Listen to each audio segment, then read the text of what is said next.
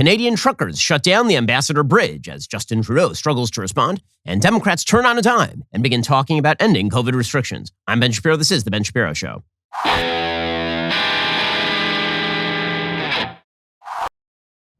Ben Shapiro Show is sponsored by ExpressVPN. Privacy is a right, not a privilege. Defend your rights at expressvpn.com/Ben. We'll get to all the news in just one moment. First, you may have noticed that inflation rates, they're out of control. That is because Joe Biden has been a horrifyingly bad president. Well, one of the things that maybe you've been considering doing, but you haven't pulled the trigger on it just yet, is diversifying at least a little bit into precious metals. And you should do this. I have done this. I'm diversified all over the place, and I do own some precious metals. I bought my precious metals through Birch Gold. If you've not yet called Birch Gold, the only people I trust to help you diversify your 401k and IRA into gold, you are missing the boat.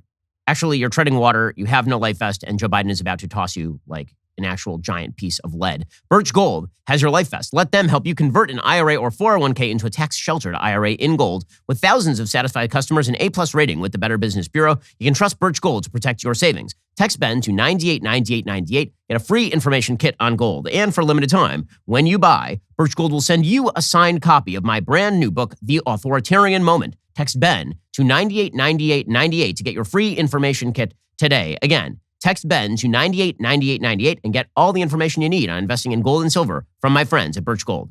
Up in Canada, things are happening that are worth covering, which is a rarity. We don't cover Canadian politics all that extensively here on the Ben Shapiro Show because, hey, it's Canada. However, the trucker protests that have now spawned like-minded protests all over the world are a major, major news story, and they should be a major news story. You have literally thousands of truckers who are descending on Ottawa, which is the capital, and they are also now blocking the Ambassador Bridge in Toronto, which is the single biggest bridge connecting the United States and Canada in terms of trade, according to the Washington Post. The busiest crossing on the U.S.-Canada land border was blockaded Tuesday as demonstrations against vaccine mandates that have paralyzed Canada's capital spread through a crucial trade artery while inspiring similar protests from Europe to Australia. The Ambassador Bridge, which links Windsor, Ontario to Detroit, was temporarily closed for passengers and commercial traffic, authorities on both sides of the border said on Tuesday. The Windsor police said limited traffic was being allowed into the United States. The 1.6-mile suspension bridge is an important trade link, particularly for the region's auto industry. It also connects families, friends, and essential workers, including Canadian nurses who work in Detroit area hospitals. The blockade there apparently began on Monday. It was unclear when it might end.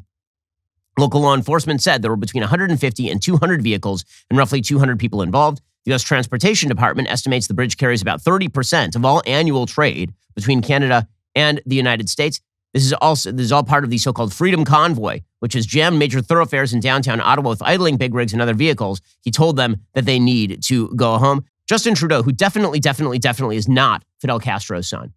I'm just going to put that out there. I know there have been some rumors out there that Justin Trudeau is Fidel Castro's son because he looks exactly like Fidel Castro, because his mom was known to be a swinger, and because his mom was visiting Cuba apparently about 8.5 months before Justin Trudeau was born. That said, he is definitely not Fidel Castro's son, either ideologically or biologically. So I'm just going to he is not. Stop that right now. Don't you dare call him Justin Leto. Don't do it. Don't do it. In any case, here is Justin Trudeau, handsome Bernie Sanders, explaining that we need mandates, because if we don't have mandates, then how are we going to avoid further restrictions? You see, we have to curb liberty in order so that we can have liberty. Now, this has been the case that Democrats have been making all throughout the pandemic. And you know what caused them to lift the mandates in the United States, as we'll get to? What caused them to lift the mandates was not the changing science. What caused them to lift the mandates was not following the data. What caused them to lift the mandates is that the American people finally said no. And you're starting to see the same thing in Canada. So good for the truckers. Here's Justin Trudeau trying to talk his way through this one. We've seen the curves lower in Canada than elsewhere. We've seen lower death rates. We've seen quicker economic recovery because Canadians stepped up, because Canadians got vaccinated. And I can understand frustrations with mandates, but mandates are the way to avoid further restrictions or having to be restricted. As people get vaccinated, as Canadians have gotten vaccinated, we've been able to get through things. I'm sorry, he's so irritating. And by the way, I'm not the only one who finds him irritating. The Canadian public finds him extraordinarily irritating. In fact, Trudeau's own party is starting to turn on him over COVID restrictions. According to Politico, a backbench lawmaker from Justin Trudeau's own caucus is accusing the Prime Minister of dividing and stigmatizing Canadians by politicizing vaccine mandates and COVID-19 restrictions. Joel Lightbound delivered a scathing assessment Tuesday in Ottawa with the big rigs of the so-called Freedom Convoy just outside the door. The convoy protests against COVID measures have grabbed global attention and paralyzed Canada's capital city for more than a week. Lightbound said both the tone and policies of my government changed drastically on the eve and during the last election campaign. A decision was made to wedge, to divide, and to stigmatize. I fear that this politicization of the pandemic risks undermining the public's trust in our public health institutions. This is exactly right, of course. Lightbound insisted he is not the only member of Justin Trudeau's team who feels to varying degrees as he does today. He said he raised his concerns clearly with fellow Liberal MPs and with Trudeau. Trudeau, for his part, he keeps saying that individuals, it's amazing. He says things like individuals are trying to blockade our economy. Individuals are trying to shut down our economy. They're trying to shut down our way of life. Dude, that's you. Buy a mirror. Well, actually, I'm sure Justin Trudeau has mirrors pretty much everywhere in his house. He probably welded them to the walls himself. Well, actually, probably he didn't weld them. He doesn't seem like a welder. He probably paid a peasant to weld. Well, actually, he probably didn't pay the peasant. He probably used Canadian taxpayer dollars to pay a peasant to weld. Actually, that's probably not true. He probably just mandated that a peasant should weld mirrors on his house. Anyway, here is Justin Trudeau explaining that he's shutting down freedom to protect your freedom. There's a lot of burning the village in order to save the village rhetoric that's come out of the COVID restrictionists. Individuals are trying to blockade our economy, our democracy, and our fellow citizens' daily lives. It has to stop. It has to stop. Well, I mean, the same thing could be said of the mandates that you have placed on your country over the course of the last couple of years. Okay, in just a second, we will get to a Wall Street Journal editorial talking about the message of the Canadian trucking protest first. Speaking of driving, have you filled up your gas tank lately? So I did. I went to the gas station just the other day because we were out of gas, and I started filling up, and then I started looking at the price, and my eyes actually fell out of my head physically. I had to pop them back into my eye sockets, and then I realized at least I can take a little bit off the top because I have the free Get Upside app in the App Store or Google Play. And you can get the same. Just head on over to the App Store or Google Play right now and download that free Get Upside app. You can use promo code Shapiro for 25 cents per gallon or more on your first fill up. Cash back. Don't pay full price at the pump anymore. Get cash back using Get Upside. Again, it is super easy. You just download that app for free and use promo code Shapiro for 25 cents per gallon or more on your very first tank of gas. Some people who drive a lot, they're making as much as $200 or $300 a year in cash back. There's no catch. The cash back gets added directly to your account. You can cash out anytime to your bank account, PayPal, or an e-gift card for Amazon and other brands. So you're going to get sticker shock next time you go to the gas station, but at the very least, know that you're saving some money with that free Get Upside app. Again, use promo code Shapiro. Get 25 cents per gallon or more cash back on your very first tank of gas. The Wall Street Journal has a piece today talking about the message of the Canadian trucker protest by the editorial board. Here's what they say. This latest act in a week-long show of civil disobedience is more akin to political life in France or the United States. That it happened in restrained Canada is a signal to the political class across the West. Large swaths of humanity are done with COVID-19 restrictions, mandates, and excessive meddling in their lives. They want to go back to making their own health risk assessments. The Ambassador Bridge, which carries some $323 million in goods daily in cross-border trade, and an estimated $137 billion last year, reopened on Tuesday morning, but truckers continue their protest in Ottawa, which is disturbing the peace and worse in that usually peaceable Canadian capital. The truckers should be prosecuted if they break the law, says the Wall Street Journal, but as the Omicron virus shows itself to be less lethal and positive test rates fall, the truckers are sending a message to Democratic governments it's time for the pandemic emergency orders to end. And of course, this is true. Nobody wants giant bridges shut down. I mean, obstructing traffic is bad no matter what you are protesting for. However, the cause of this protest happens to be righteous.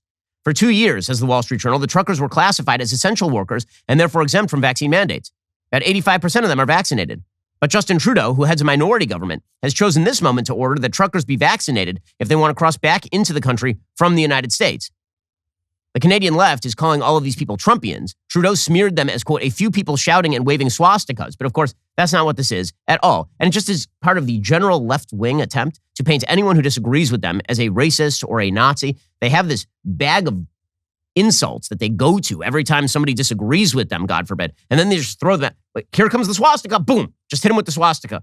Just say that they're a Nazi. And what is the evidence that the thousands and thousands of people in Ottawa protesting so they can maintain their jobs, that those people are Nazis? He doesn't have any evidence.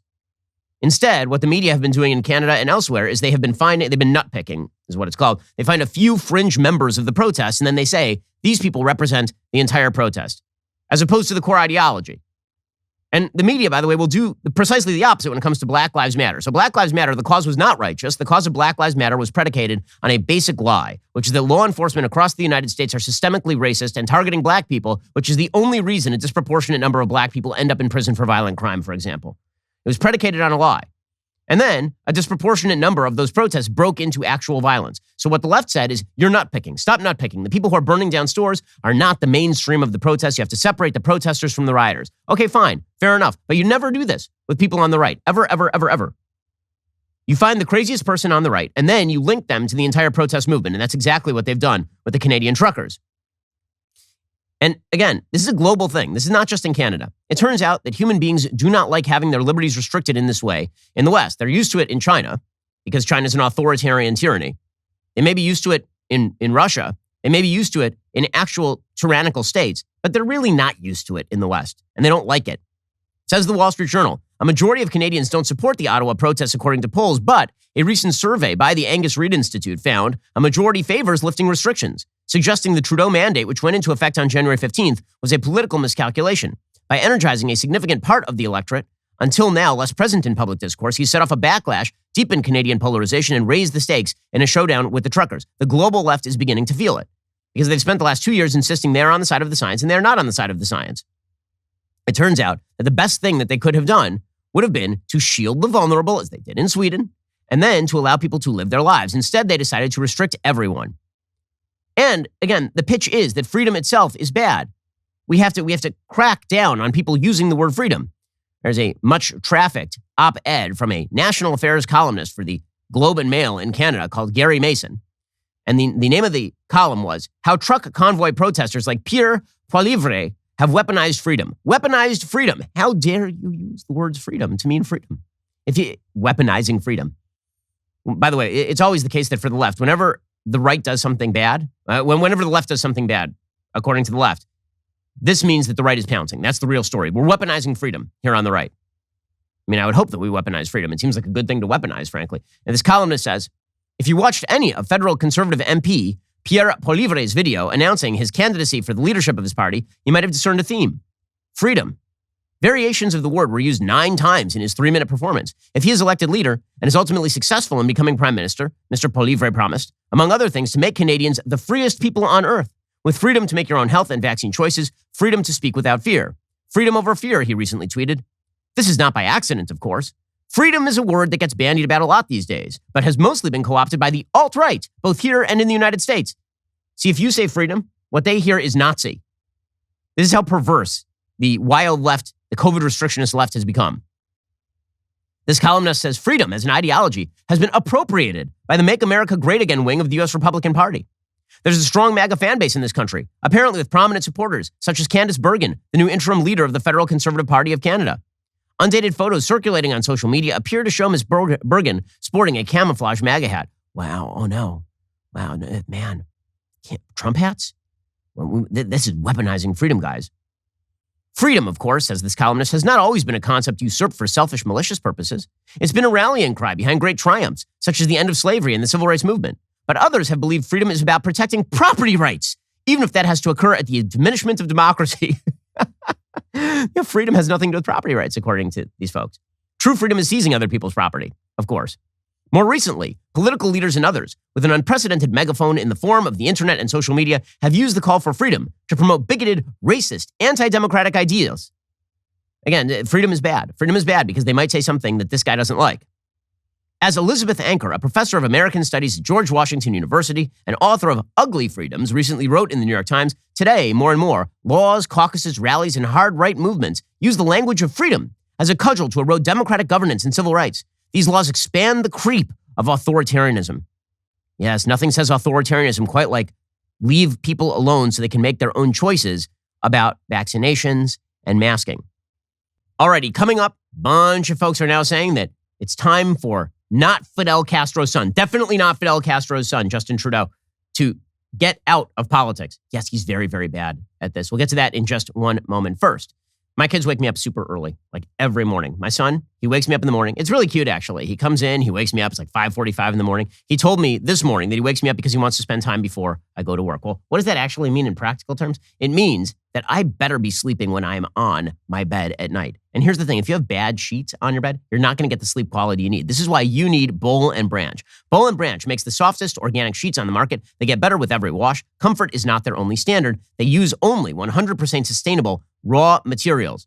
and they have their first fair trade certified manufacturer of linen. You can feel as good about your Boll & Branch sheets as they feel against your skin. Let me tell you, these sheets, they're so great. Number one, they're really durable. They go through the wash. They do get softer with every single wash. Also, they fit your mattress properly. Have you ever been sleeping on a mattress and you got the fitted sheets and they're not big enough and they pop up and suddenly your face is directly on the mattress, which is super gross? Well, not with Boll & Branch, because those signature hemmed sheets from Boll & Branch, they're a bestseller for a reason. Boll & Branch focuses on quality over quantity. No inflated thread counts here because more isn't always better. They come in 7 beautiful colors in all sizes, from twin all the way on up to California King. These are the best sheets on the market. Experience them today at bollandbranch.com. Get 15% off your first set of sheets when you use promo code Shapiro at checkout. That's Boll & Branch, BOLL, and branch.com, promo code Shapiro.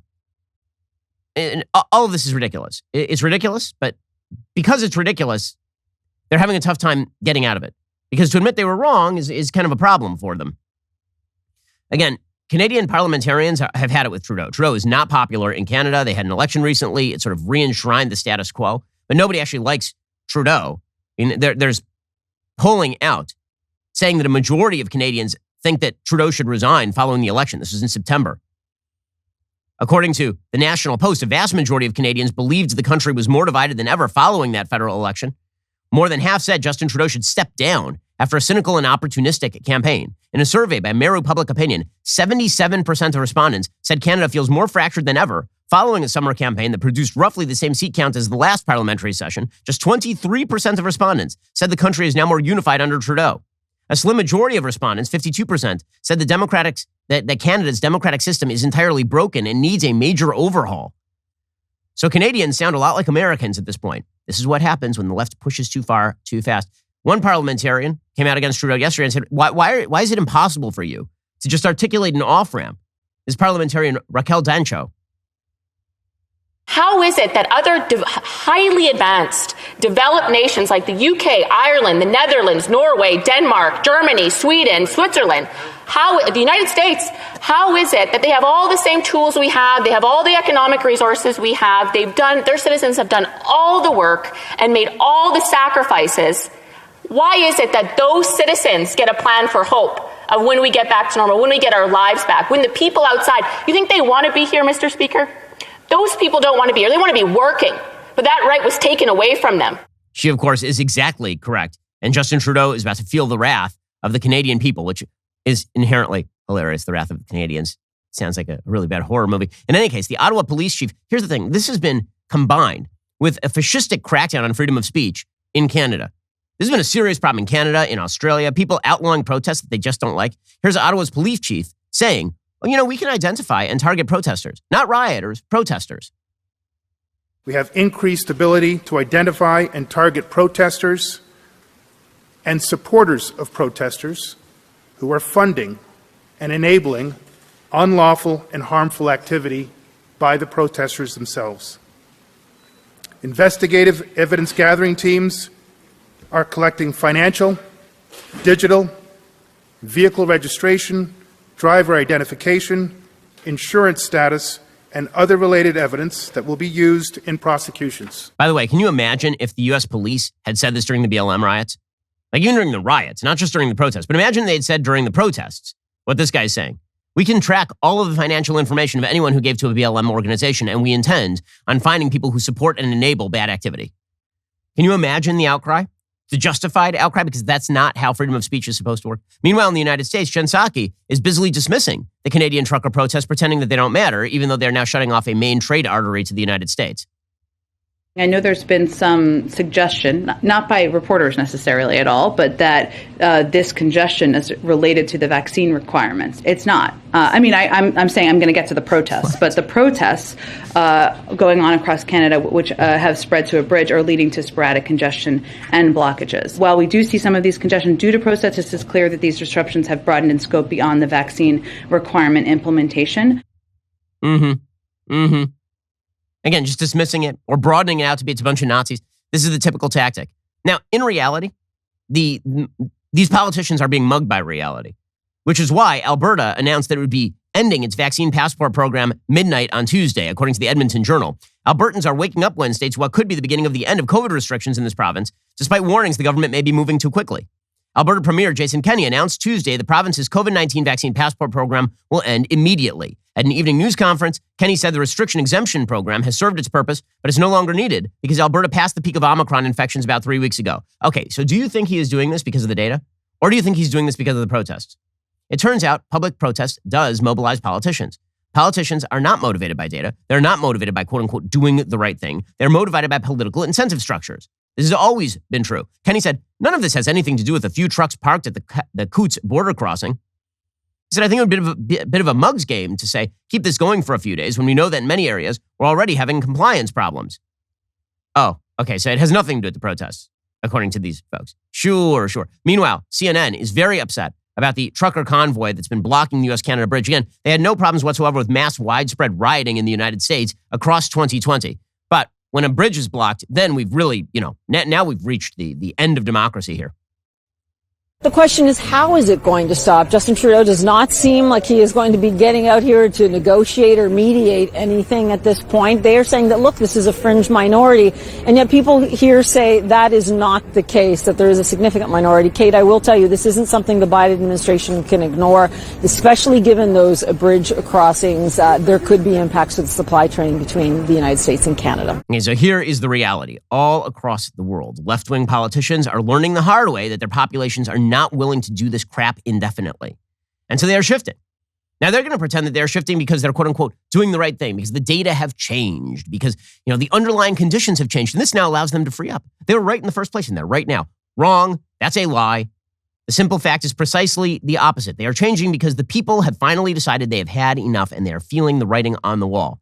We'll get to that in just 1 second. First, your most expensive asset, the thing that matters most to you in terms of your portfolio, is almost undoubtedly your home, right? And no one's going to come and just steal your home, because that would be really, really tough, because it's kind of bolted to the ground and everything. But what they could do is steal the value inherent in your home with home title fraud. And here's the thing, your homeowner's insurance doesn't cover it. The FBI calls home title fraud one of the fastest growing crimes. That is why you need to go to HometitleLock.com, America's leader in home title protection. Here is the problem. The deed to your home is the only document that proves you own it. The deeds to all our homes are online right now. In minutes, a criminal can find and forge your name off the deed to your home and refile as the new owner.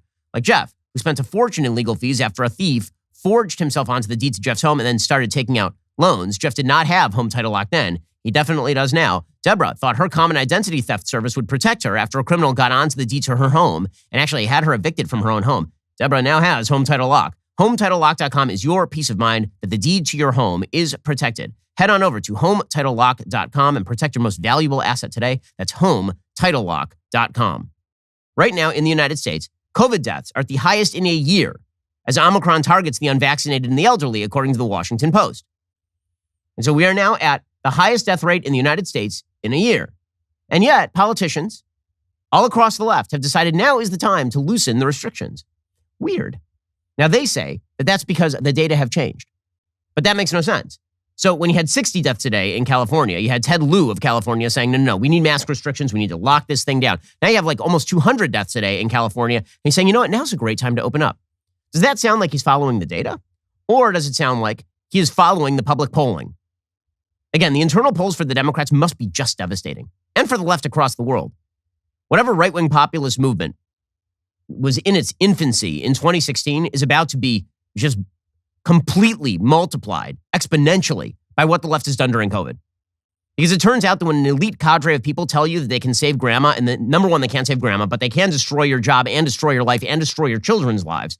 When the elite tell you, when they promise you the world and they deliver a pile of flaming dog crap, people get mad. And the left is about to feel the wrath. Again, in the United States, according to the Washington Post, though considered milder than other coronavirus variants, Omicron has infected so many people it has driven the number of daily deaths beyond where it was last spring, before vaccines were widely available, according to Washington Post data. Omicron has been particularly lethal to people over 75, the unvaxxed, and the medically vulnerable, according to doctors and public health officials. The soaring death toll also illustrates why experts pled with the public to beware of the highly contagious variant, even though it is less virulent than others. Jennifer Nuzzo, epidemiologist at Johns Hopkins, says this feels quite jarring to people who may have assumed Omicron is generally on a per-case level less severe, and given the fact we have been vaccinated, at least some portion of the country. Even if, on a per-case basis, fewer people develop severe illness and die, when you apply a small percentage to a very large number, you get a substantial number. That of course, is true, but none of that changes the underlying logic here. Either you're vaxxed or you're unvaxxed. If you're vaxxed, you are very unlikely to die from Omicron, just as you are very unlikely to die from Delta. If you have natural immunity, you're very unlikely to die from Omicron, just as you are very unlikely to die from Delta. If you are a person who has severe underlying health conditions or you are elderly, there's a much better shot that you're going to die from Omicron, just as you are much more likely to die from Delta. So even if Omicron is less severe, which it is, just because it's less severe on an individual basis doesn't mean that if a bajillion people get it, you're not going to have a large absolute number of people who end up dying from it, which is what's happening right now. But none of the actual underlying logic has changed. The left is just pretending that the logic has changed because the people have had it. They've had it. According to CNN, governors are now telling President Joe Biden the country needs to, quote unquote, move away from the pandemic. That's what Arkansas Governor Asa Hutchinson, a Republican, said at the White House on Monday. He said there's a number of areas we have agreement on, and that is one. We need to move away from the pandemic. We asked the president to help give us clear guidelines on how we can return to a greater state of normality. And it's not just Asa Hutchinson. It's a bunch of Democratic governors who are beginning to say the same thing. You can see it happening across the country. And so the White House, belatedly, because they're very bad at reading tea leaves, the White House is belatedly moving in the right direction.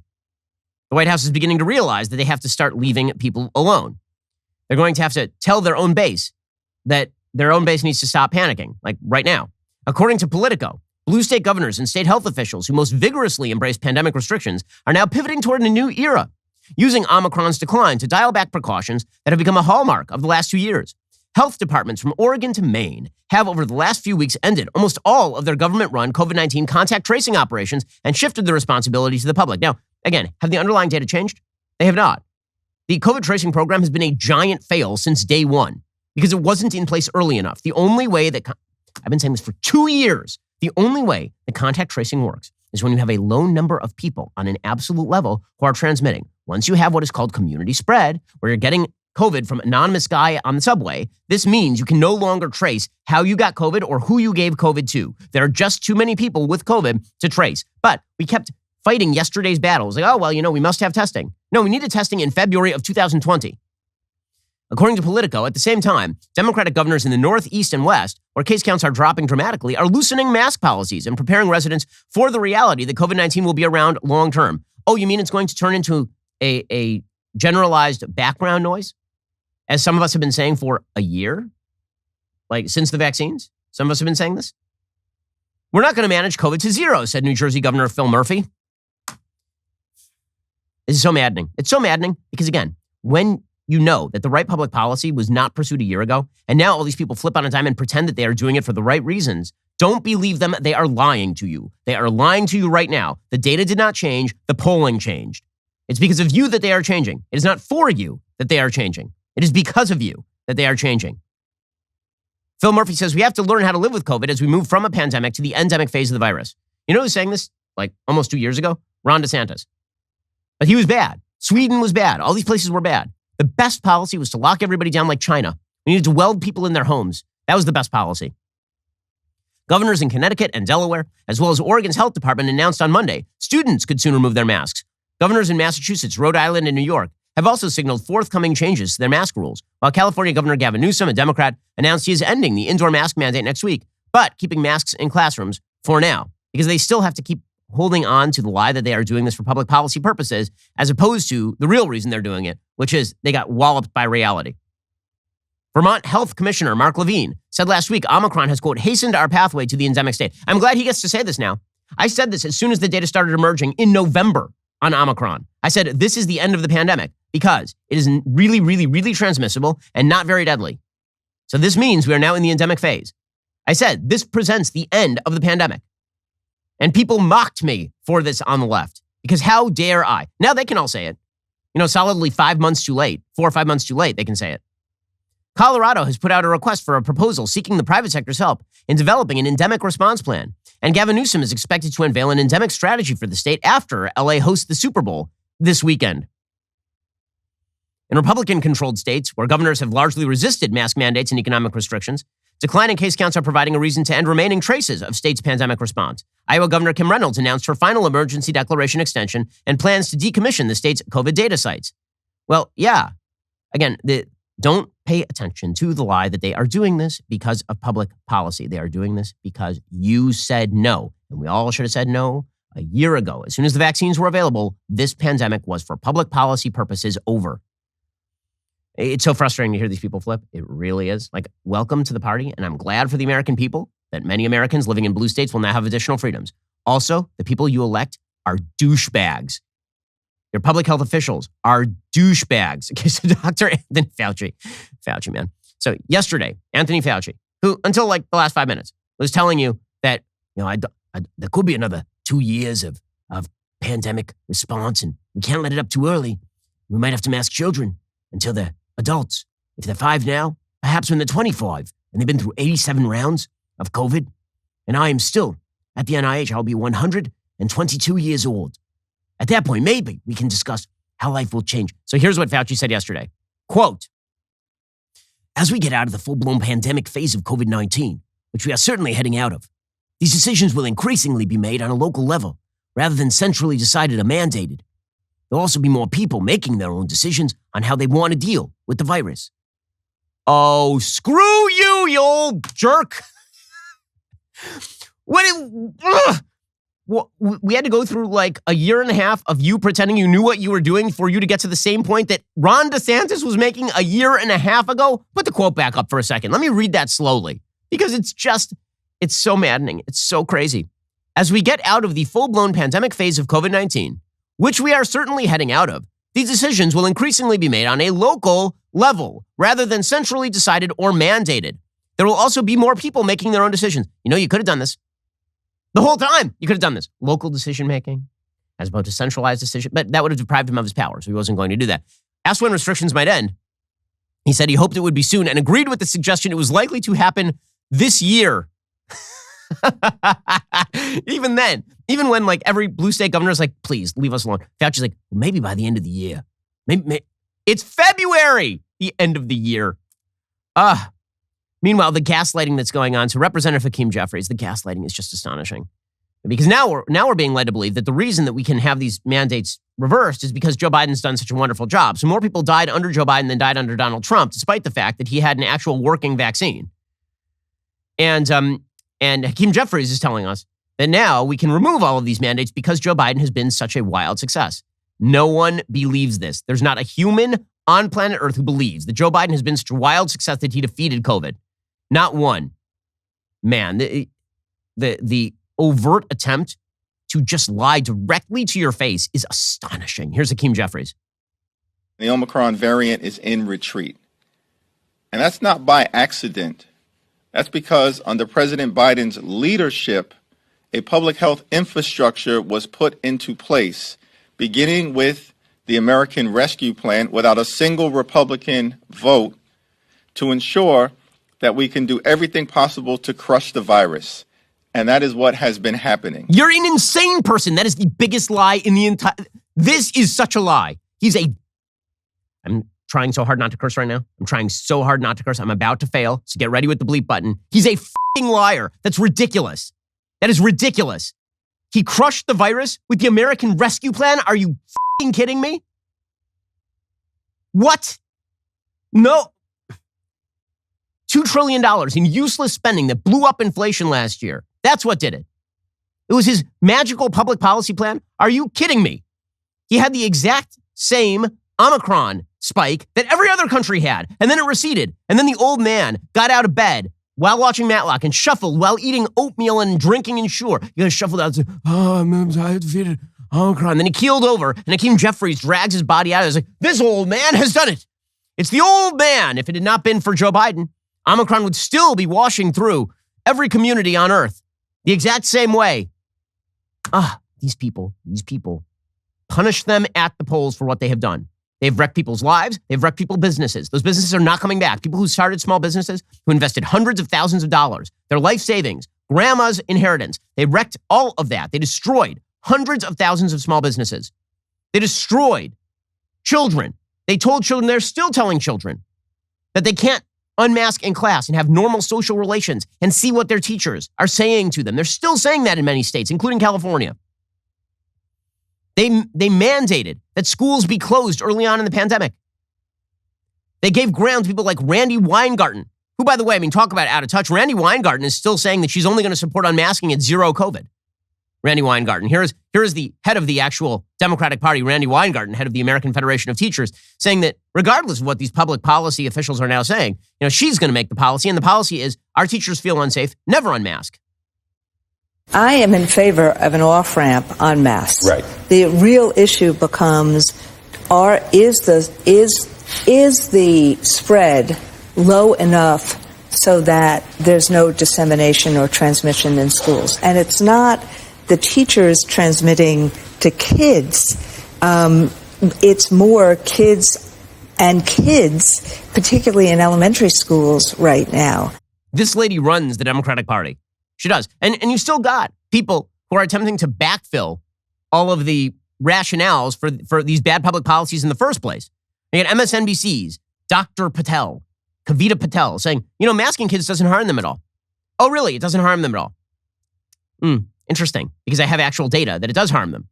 There have been multiple studies. I mean, we've known this forever, that kids who don't see faces are worse off than kids who see faces. This is perfectly obvious. My wife used to work in a child neuroscience lab. This is what she studied. Here is Dr. Kavita Patel explaining there were no downsides to the masking. And you know how she can tell? Because she has a picture. I always am amused by the stuff that people have in the background of their offices. I like that she has a picture frame with the word doctor defined in the background. Well, this doctor should actually take a look at the data. We have not seen evidence that having masks, even in the younger age group, prohibits kind of recognizing emotion. In fact, quite the contrary, younger children use all parts of the face, even when masked, to look for emotion. But you're bringing up, I think, a very important point. When parents are surveyed about, wanting to have masks or not have masks, it becomes so emotional that I think we have to acknowledge that we're all frustrated and we all need to understand when we can remove masks and when we need to put them back into place. What do those measures look like? These people are a joke. The reason that they are collapsing right now is because the American people have had it. Alrighty, coming up, we'll get to the real reason that Democrats decided that now is the time to move away from the COVID restrictions. It has to do with the fact that they look horrible. They keep making mistakes, and those mistakes are not stopping. We'll get to that in just one moment. First, let's talk about a mistake that you can stop. The mistake that you can stop, not having life insurance. And let's say that you're walking down the street one day, and suddenly a mob of ravaging hyenas just starts charging down the street at you. They knock you over. You start screaming. You're screaming to the sky. Why? Well, as you're doing that, and as a hyena chomps directly into your face, you might think to yourself for just one fleeting moment, man, I really should have listened to Shapiro and gotten life insurance from Policy Genius. Policy Genius is your one-stop shop to find and buy the insurance you need. Head on over to policygenius.com/Shapiro, answer a few questions. In minutes, you can compare personalized quotes from top companies and find your lowest price. You could save 50% or more on life insurance by comparing quotes with Policy Genius. The team of licensed experts at Policy Genius will help you understand your options and apply for the policy you choose. And then the Policy Genius team works for you, not the insurance companies. You can trust them to offer unbiased help and advocate for you at every single step until you are covered. There are no extra fees. They don't sell your information to third parties. Since 2014, Policy Genius has helped over 30 million people shop for insurance and placed over $120 billion in coverage. Head on over to policygenius.com/Shapiro. Get your free life insurance quotes. See how much you could save. Okay, so I really want to get to more on this in just one moment and some other news we got to talk about. But first, I got to tell you, tomorrow, February 10th, it's the world premiere of Shut In, the Daily Wire's first original film at 9 p.m. Eastern, 8 p.m. Central, over at Daily Wire's YouTube page. The suspenseful thriller follows a young mother trapped by her violent ex and his meth addict friend. She must escape to save her children before it's too late. It's a tale of redemption to the beat of a seat-gripping thriller, and I have to say, it's a phenomenal piece of filmmaking. Check out the trailer.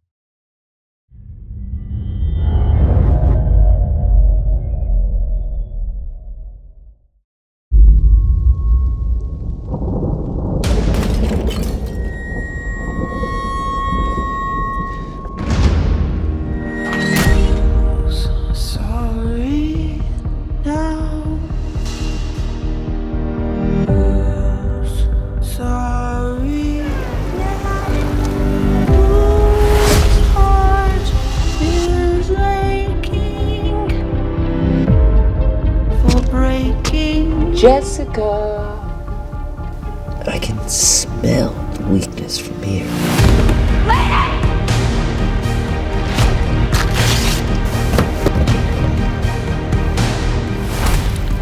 Rob! Rob owes me money. Let me out, please.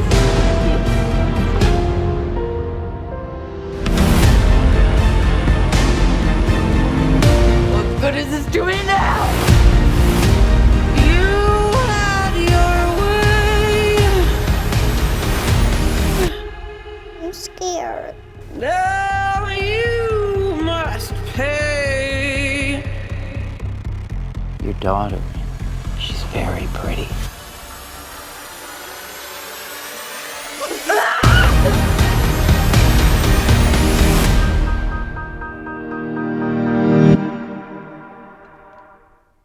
It is chilling stuff. My wife watched it with me. She was freaked out for probably 2 days afterward. The film premieres this Thursday, February 10th, 9 p.m. Eastern, 8 p.m. Central, over at Daily Wire's YouTube page after this month's episode of Backstage. Make sure you click the link in the description, turn on the notification bell so you don't miss it, because after the premiere, it will be available to Daily Wire members only. And if you're not a member, head on over to dailywire.com/subscribe, enter code SHUTIN for 30% off your membership. So great time to subscribe. You are listening to the largest, fastest growing conservative podcast and radio show in the nation.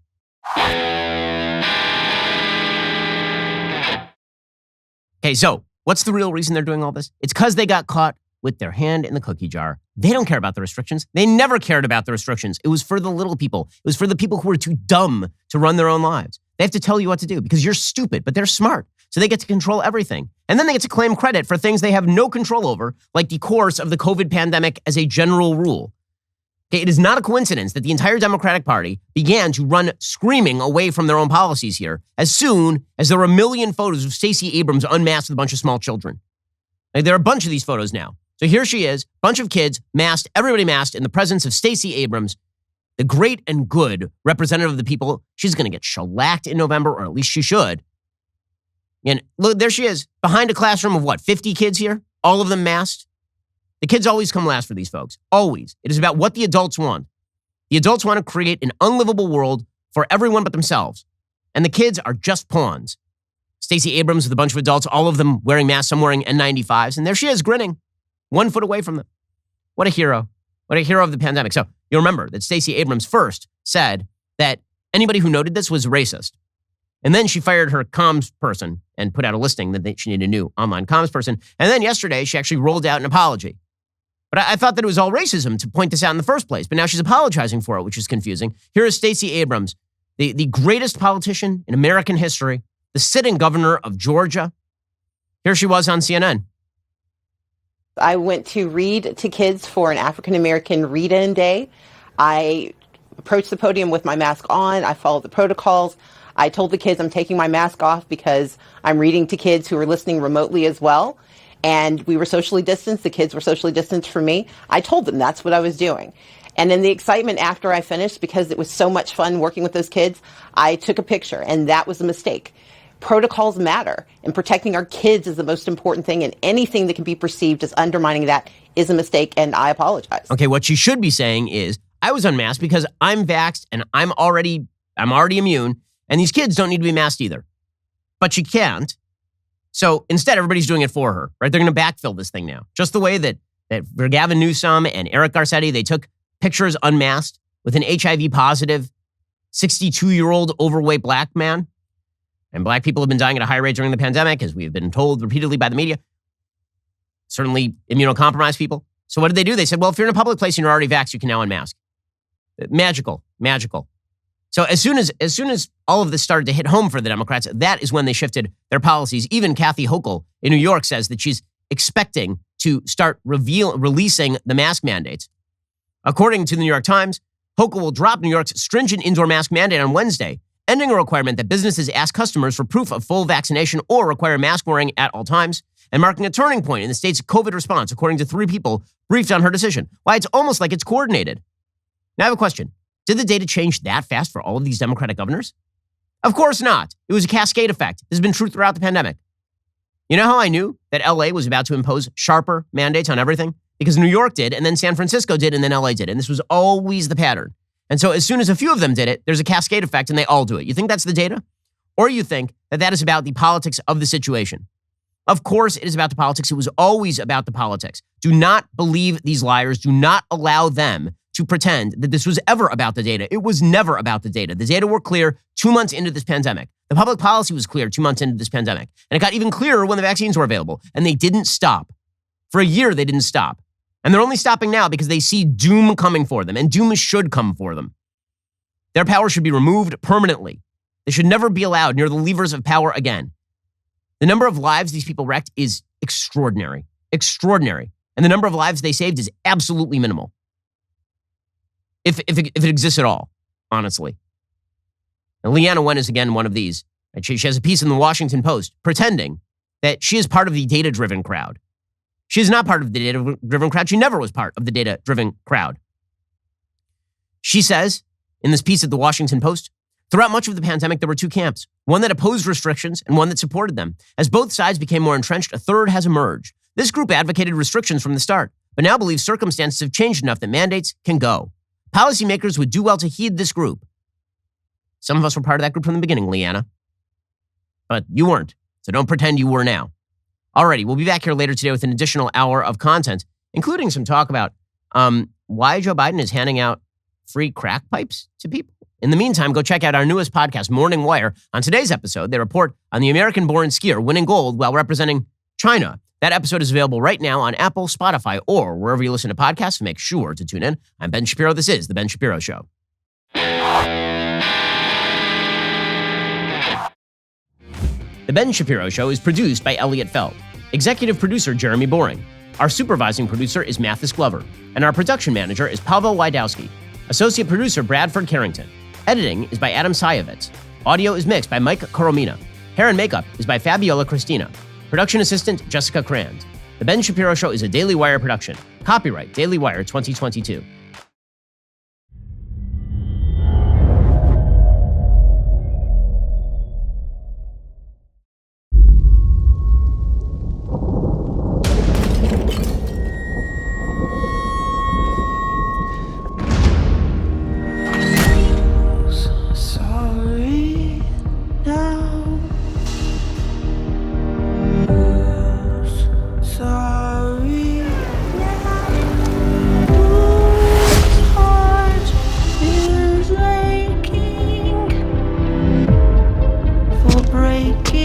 Jessica. I can smell the weakness from here.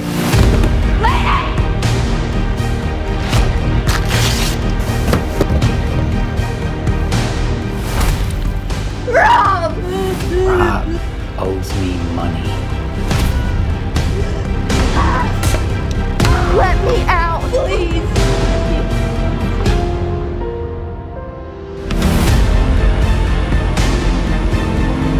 What good is this doing now? You had your way. I'm scared. Now you must pay. Your daughter, she's very pretty.